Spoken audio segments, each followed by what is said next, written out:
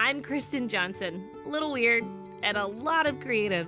I love to host and I love to share anything that I can make with my own two hands. I believe we were all created to shine, so let's sparkle together.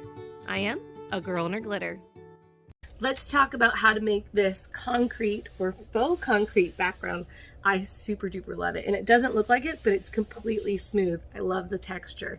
Now, to achieve this look, you need a couple of things. Now, there are so many ways out there. This is just what I found that I like.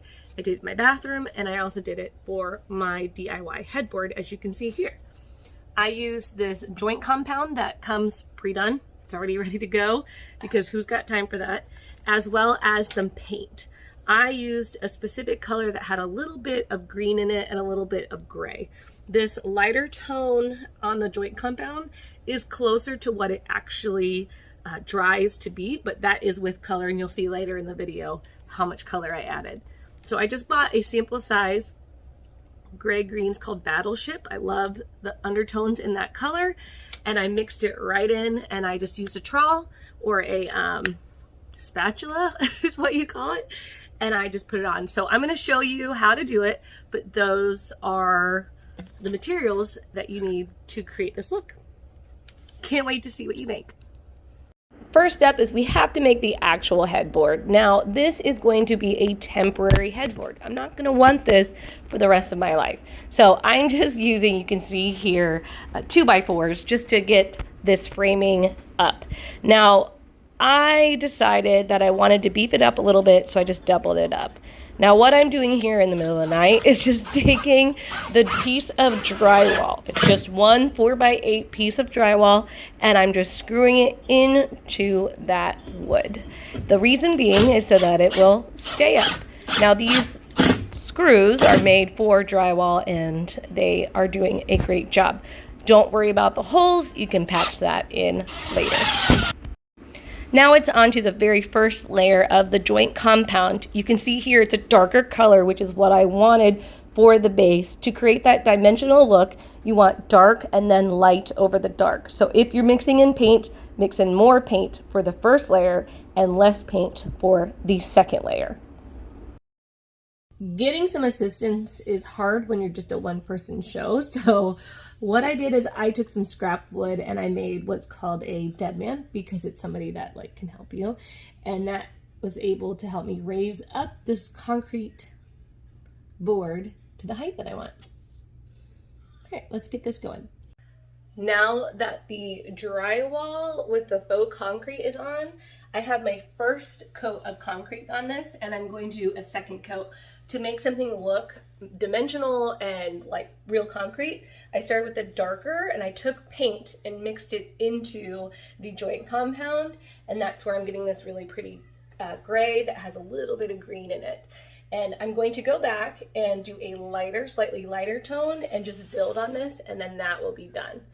To frame out this whole drywall piece, because you can see it's not really good looking, I'm going to use my Ryobi miter saw, and I'm going to cut these 45-degree angles, and we're going to put it right on top, and then we'll just nail gun it in.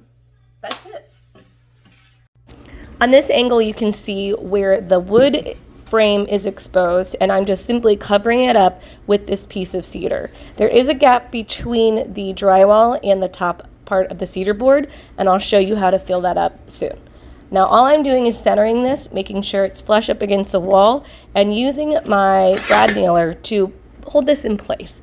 These holes are so tiny that they're going to be perfect just to add that stability, and so if I actually want to hang something on it, I can. Now here's another angle of that 45-degree cut piece. I'm making sure it's completely against the wall, pushing down on my Ryobi tool, and I'm just nailing it right into space.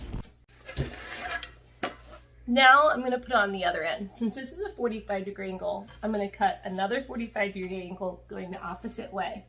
I'm going to set this where I want it to go, and then see that? Perfect. Same thing. We're going to use the airstrike. Oh, let me get rid of this. Hold on. I'm going to go up high on this one so that it stays just like that. Go low. And then let's do one in the middle. Here's a rough cut of the finished piece, and now we need to go fill in more joint compound into those gaps. To get this mix, it's not like a perfect amount of this or that. I'm just guessing because I haven't done a headboard before, but I did this in my bathroom.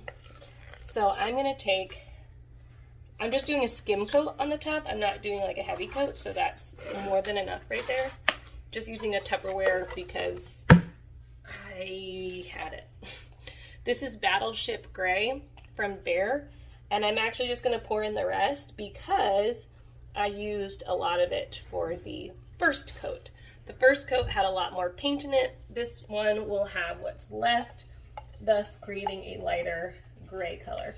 I'm just gonna help get this out with a spoon, and then we're gonna mix it. There we go.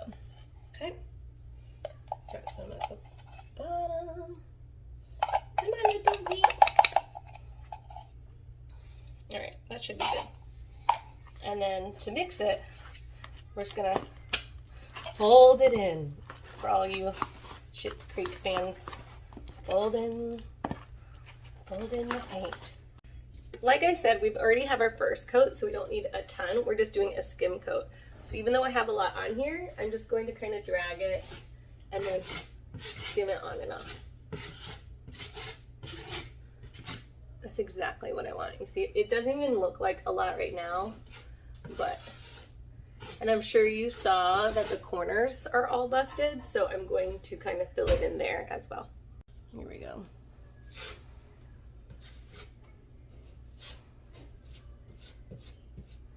Whatever I get on the wood, I can simply just take off with a little sander, so I'm not too worried about it. You can also tape it off to save you some time.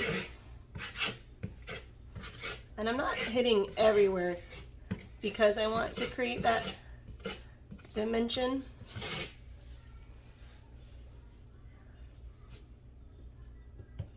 All right, just pushing it into the corner, dragging it out, and then I can scrape it right off. Just trying to get these edges to look good now that the cedar is up.